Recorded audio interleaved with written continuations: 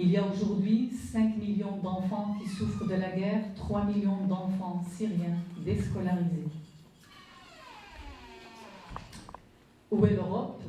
Où est l'Occident? Où sont les droits de l'homme? Peuple du monde entier, je répète ça avec mon peuple. Rendez-nous la paix, rendez-nous la sécurité et prenez votre démocratie et votre liberté. Il est fondamental, et j'insiste avec toute ma force, pour mettre fin à ce conflit mondial, il faut arrêter de leur fournir des armes, Patrick l'a répété, de leur fournir de l'argent, de bien surveiller les frontières, assurer la sécurité et la protection de ce qui reste de ce pays. Les êtres humains, les vestiges de civilisation, fournir une aide humanitaire réelle. Personne ne va voir les réfugiés qui sont en Syrie. On va dans les pays où ils ont accueilli des réfugiés. Trouver des solutions pratiques aux problèmes des migrants. Il est de toute urgence de s'engager dans un pacifiquement très fort collectif. Il est urgent aujourd'hui, maintenant. Agissons effectivement ensemble. À l'instant, rassemblons nos efforts. Au plus vite, le plus vite, il est déjà trop tard. Et de cette façon, je crois que la paix est possible. J'en ai la certitude que la Syrie renaîtra de ses cendres. Et j'attends le jour où la colombe et son rameau d'olivier volera sur Damas, sur la Syrie et sur tout le Moyen-Orient. Je vous remercie tous de votre attention. Vive la Syrie et vive la France.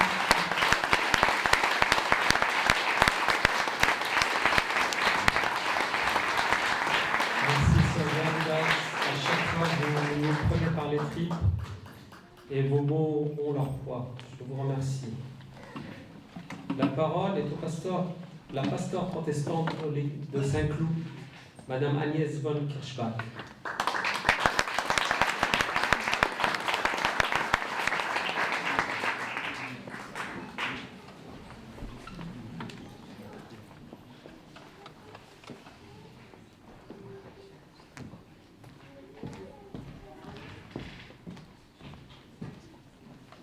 C'est avec beaucoup d'émotion que nous venons de recevoir ces témoignages. Et c'est d'abord avec le cœur que nous aimerions dire « nous voici ». Nous voici avec la lourdeur de votre tristesse, avec le poids de la souffrance, pour faire place en nous. Le Père Georges vient de nous appeler à 2 combats. Le combat de la prière, faire en nous de la place pour ceux que nous aimons et pour ceux que nous n'aimons pas, pour être transformés véritablement en semblables, et que cette terre qui souffre soit et redevienne une terre où l'humanité se déploie en fonction de ce que le Créateur a désiré pour nous, une diversité d'expression d'une même bénédiction. Et le deuxième combat, celui de la culture. Et là, nous sommes ici chez nous, certainement aussi interpellés que partout ailleurs dans notre monde. La culture, ce sont toujours des cultures.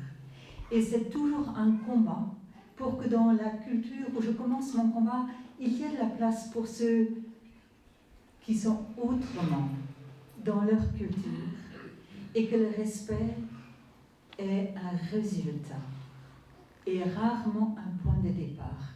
Donc s'il n'y en a pas, à nous de tout faire pour que les éducations que nous offrons, que la prière par laquelle nous nous laissons traverser, la manière de construire nos villes, d'accueillir réellement ici et d'apporter réellement de l'aide là-bas, soit unifiée, parce que la culture, elle aussi, a un don qui nous vient de celui qui pose la terre sur des bases d'une justice qui vient de lui.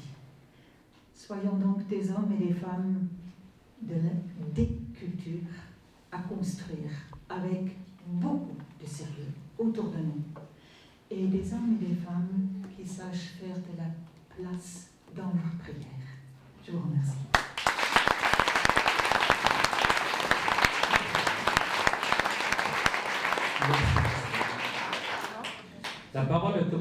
Pénaf, curé de la paroisse de Saint-Cloud et membre de l'association clodoaldienne Solidarité chrétienne d'Orient. Bon père.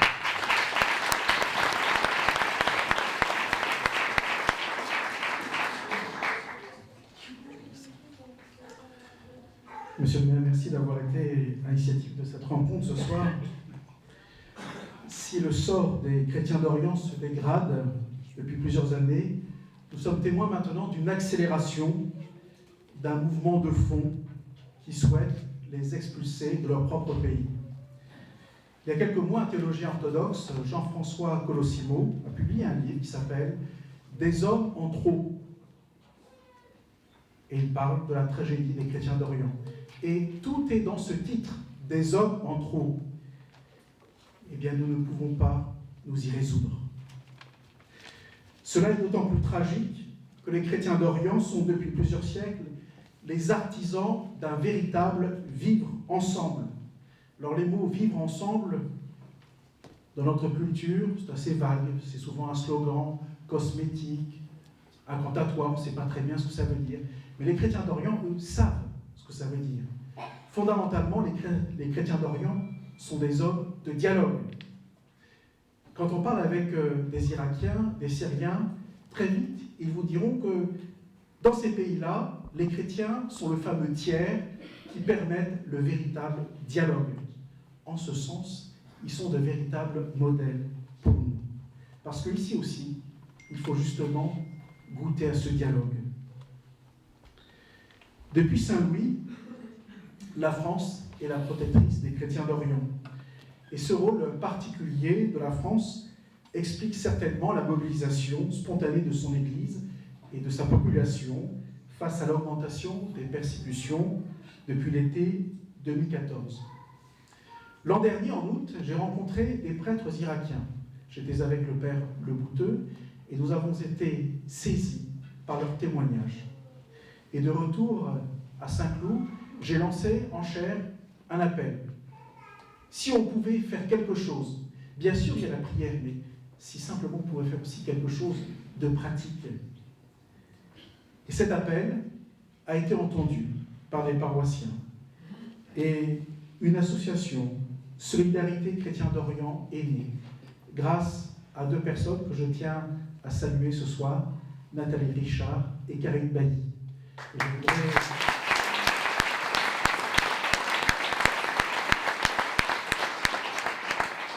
Je voudrais aussi associer leurs époux, parce qu'il y a un travail considérable qui est fait. Cette association a pour objet d'apporter aide et soutien aux chrétiens d'Orient, en organisant des événements culturels dont les recettes sont destinées à financer des projets au profit des chrétiens d'Orient, en alertant et en sensibilisant le public sur le sort des chrétiens d'Orient, en créant un parrainage entre des familles de France et des familles chrétiennes du Proche-Orient. À ce jour, les dons reçus par l'association ont permis de venir en aide aux sœurs de Saint-Joseph de l'Apparition et aux frères maristes bleus de l'hôpital Saint-Louis d'Alep. Et parallèlement, l'association Solidarité chrétienne d'Orient a organisé une chaîne de prière ainsi qu'une veillée de prière où Madame Roula Michati, que je salue, et qui va témoigner, était venue justement témoigner dans cette église de Stella Matutina. Il y a aussi des témoignages qui ont été organisés dans les écoles de Saint-Cloud. Vous savez, ce qui est terrible lorsqu'on est témoin de tels événements, c'est d'être passif. Et parfois, on peut avoir un malin plaisir à écouter les informations. Tout va mal, tout va mal, tout va mal. Et puis il y a une impuissance qui peu à peu nous ronge. Eh bien, en tant que chrétien, mais aussi en tant que Français, conscient de la longue et belle amitié de notre pays avec les chrétiens d'Orient, nous n'avons pas le droit de rejoindre les rangs de ceux qui se contentent de hausser les épaules. Donc, pour toute votre générosité, merci.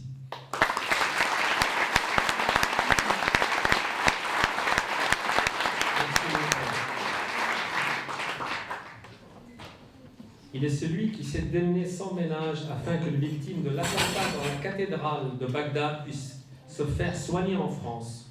J'appelle Monsieur Elie Chiaco, membre du bureau de la Credo et secrétaire général de l'association d'entraide aux minorités d'Orient.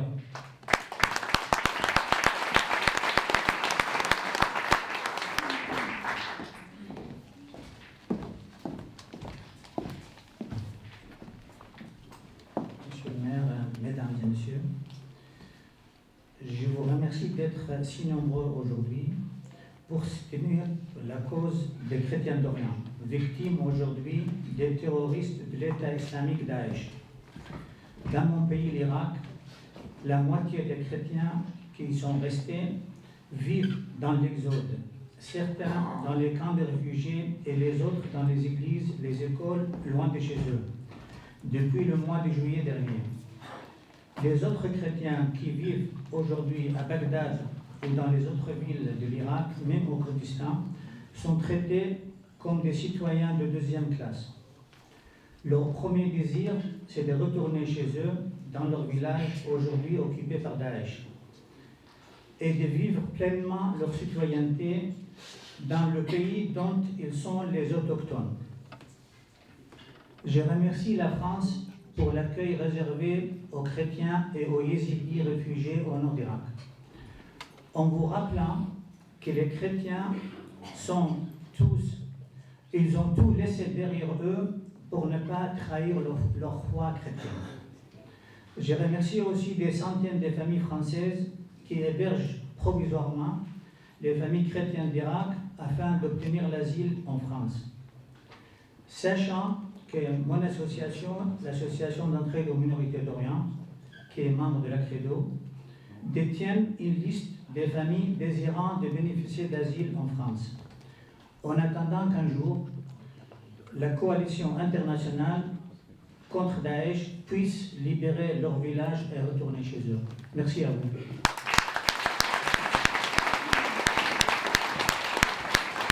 Merci. Acteur associatif et coordinateur d'associations représentatives de la communauté syrienne en France, membre du bureau de la Credo et président du groupe indépendant de réflexion pour la Syrie, j'appelle Pierre Joseph.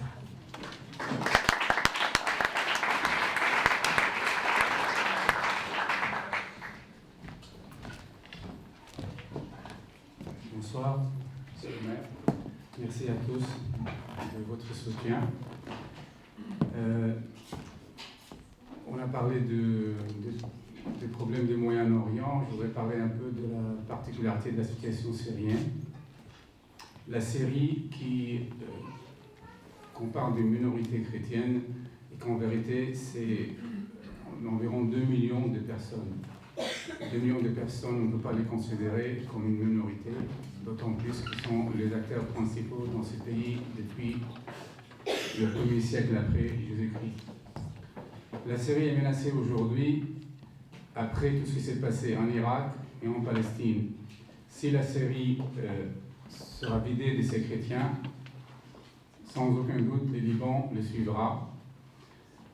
Aujourd'hui, les Syriens qui s'est trouvé avant cette guerre, sur tout le territoire syrien. Il n'y a pas une seule zone dans ces pays qui fait les tiers de la France, en cette face, où on ne trouvait pas des Syriens originaires.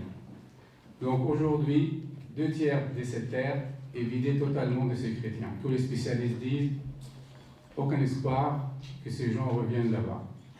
La deuxième zone, c'est la zone où les chrétiens sont avec les autres, encerclés et menacés tous les jours, notamment dans le nord de la Syrie, où il ne reste pas d'une grande population chrétienne que quelques dizaines de milliers, la ville d'Alep et quelques villes dans le centre.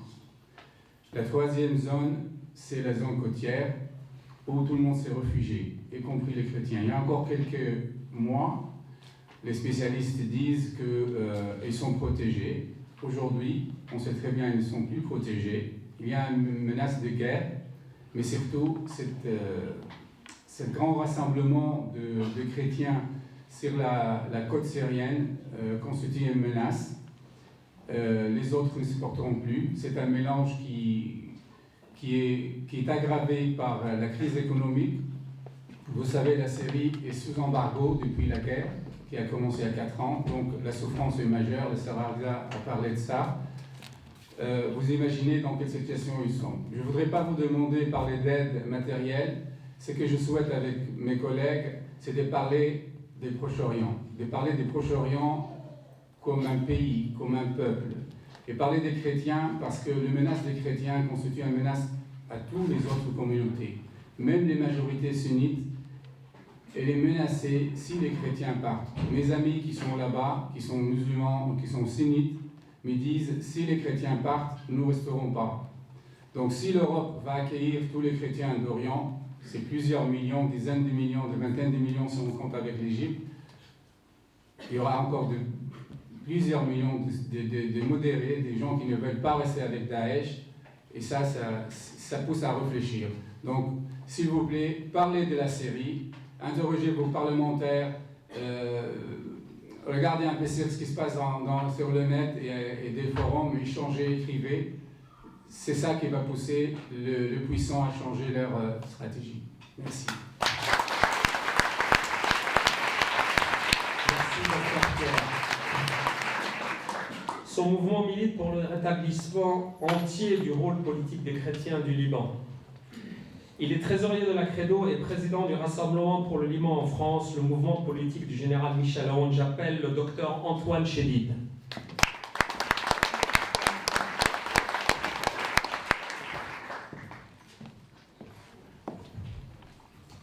Monsieur le maire, monseigneur, mes pères, chers amis, les chrétiens en Irak et en Syrie sont pourchassés, fusillés, décapités, crucifiés. Bref, ils sont massacrés physiquement par des barbares de notre âge. Si la situation de ces chrétiens dans ces pays est préoccupante, il n'en est pas moins pour les chrétiens d'Orient, pour les chrétiens du Liban, qui sont aussi massacrés, mais différemment. Les chrétiens du Liban sont massacrés politiquement. Ils sont marginalisés, écartés des postes clés au sein de l'État, empêchés de jouer leur vrai rôle politique, eux qui étaient toujours pionniers, pas seulement pour le Liban, mais pour toute la région. L'affaiblissement des chrétiens au Liban a commencé depuis plusieurs décennies, mais s'est accentué dernièrement. Tous les moyens ont été utilisés, sécuritaires, économiques, démographiques et politiques. Le Liban est le seul pays dans la région qui est présidé par un président chrétien. Mais je pense que vous savez tous que depuis 1 an, il n'y a pas de président. Il est urgent de laisser les Libanais élire leur président chrétien, mais pas n'importe lequel. Élire le président fort, capable de rassurer sa communauté, qui la représente effectivement et qui est capable de les protéger et protéger tous les Libanais. Il est urgent aussi d'aider le Liban à faire face à l'afflux de 1 600 000 réfugiés syriens sur son sol, en plus de 600 000 réfugiés palestiniens qui y sont depuis des décennies. Ces réfugiés constituent 40% de la population libanaise et représentent un danger énorme sur tous les plans économiques, démographiques et sécuritaires. Ces camps de réfugiés sont un terreau fertile pour l'extrémisme. Nous ne voulons pas vider le Liban de ses chrétiens pour y implanter les réfugiés syriens et palestiniens. Troisième point, il est urgent de fournir les armes nécessaires, et non pas lesquelles, à l'armée libanaise. Et j'aurais voulu parler ça devant l'ancienne ministre de la Défense qui malheureusement nous a quittés. L'armée libanaise vaillante, elle combat les terroristes dans plusieurs villes libanaises et surtout à la frontière libano-syrienne. Mais elle est démunie, elle n'a pas les armes nécessaires pour pouvoir les combattre. Donc nous appelons la France à aider l'armée libanaise en leur fournissant les armes nécessaires pour pouvoir faire face à ce danger important. Et en dernier lieu, je voudrais dire un dernier mot que m'a demandé mon ami Rafik, qui représente la rencontre orthodoxe en France. Il y a 2 évêques de la ville de Alep en Syrie qui ont été enlevés depuis plus de 2 ans, Monseigneur Yohanna Jean Ibrahim et Monseigneur Paul Boulos Yazigi, qui est le frère de sa béatitude le patriarche orthodoxe d'Antioche et tout l'Orient. À ce jour, nous sommes sans nouvelles d'eux et nous prions pour eux. Mesdames et messieurs, le Liban est le dernier rempart de tous les chrétiens d'Orient. Il est urgent de le protéger et de le préserver. Merci.